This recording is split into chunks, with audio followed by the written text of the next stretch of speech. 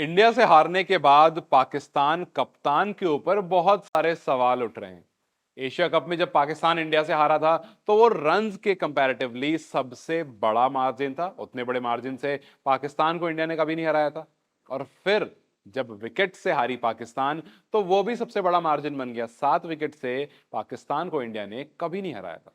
तो ये बड़े मार्जिन किसके कप्तानी में आए? ये बड़े मार्जिन आए आपको बाबर आजम की कप्तानी में। और उसके बाद बाबर आजम पर लगातार सवाल उठ रहे हैं, सिर्फ इंडिया से या किसी और देश से नहीं, पाकिस्तान के खुद फॉर्मर क्रिकेटर्स उन पर सवाल कर रहे हैं। और इसी बात पर फॉर्मर विकेट कीपर जो पाकिस्तान के हैं, मोइन खान, उन्होंने कह दिया कि आपका जो कप्तान है ना, वो डरा हुआ है। उन्होंने कहा कि आपका कप्तान ही जब डरा हुआ होगा, जब ग्राउंड में डरा हुआ नजर आएगा और नहीं खेलेगा, तो लड़के फिर वैसे ही रिएक्ट करेंगे। जाहिर सी बात है, जिस तरह से कप्तान टीम को लीड करता है, आपको जो प्लेयर्स होते हैं वो भी उसी तरह से रिएक्ट करते हैं। और अगर उस मैच की बात करें तो उस मैच में ऐसा लग रहा था जैसे बहुत ज्यादा प्रेशर हो। कुछ भी क्लियरली समझ नहीं आ रहा है कप्तान को, किस तरह से रिएक्ट करना है, कैसे उन्हें शॉट्स खेलने। जब वो बल्लेबाजी कर रहे थे, हालांकि उन्होंने 50 जड़ा, उनके 48 इससे पहले हाईएस्ट था, उन्होंने इस बार 50 करा, 2 रन और ज्यादा मारे।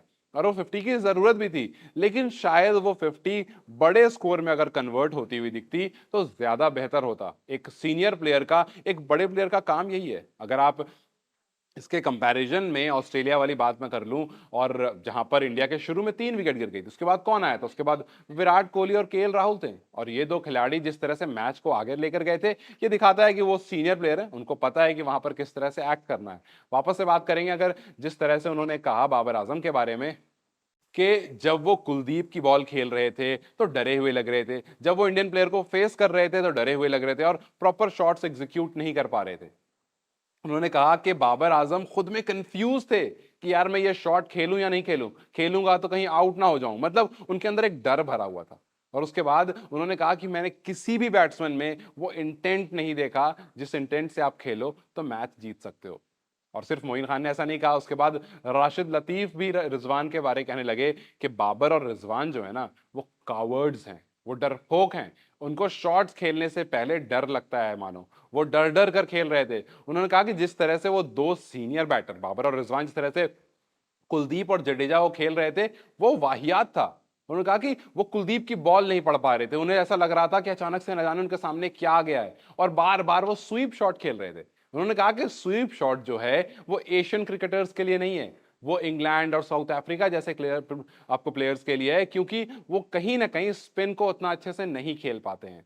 तो जब कोई भी बल्लेबाज स्वीप शॉट बहुत ज्यादा खेलता है, आप बात करें अब्दुल कादिर की, शेन वॉन की, ये बड़े बड़े गेंदबाज जब बॉलिंग करते थे और आपको साउथ अफ्रीका, इंग्लैंड या कोई भी आपको विदेशी जब खेल रहा होता था उन्हें, तो वो स्वीप शॉट ज्यादा खेलता था, क्योंकि उनको डर लगता था, उनको पता नहीं होता था कि ये बॉल कहां से पड़कर किधर टर्न होने वाली है। इस वजह से वो स्वीप शॉट ज्यादा खेला करते थे, क्योंकि बॉल पड़ने से पहले या बॉल टर्न होने से पहले उसको मार दिया जाए। लेकिन उन्होंने एग्जाम्पल दिया फिर श्रेयस अय्यर और रोहित शर्मा का। उन्होंने कहा कि आप एक बार रोहित शर्मा और श्रेयस अय्यर को देखिए, वो किस तरह से स्पिन को खेलते हैं, किस तरह से वो अपने फुटवर्क का इस्तेमाल करते हैं, किस तरह से पैरों का इस्तेमाल करके उन्हें जब आगे जाना होता है तो आगे जाते हैं, पीछे आना होता है तो पीछे आते हैं। लेकिन आप लोग क्या बार बार स्वीप शॉट खेल रहे थे? स्वीप शॉट उपाय नहीं है, स्वीप शॉट एक स्केप है, बचने का जरिया है। और वो आप कर रहे थे, वो आप जडेजा और कुलदीप के सामने डर रहे थे, बच रहे थे, जैसे आपको स्पिन को खेलना ही नहीं आता हो।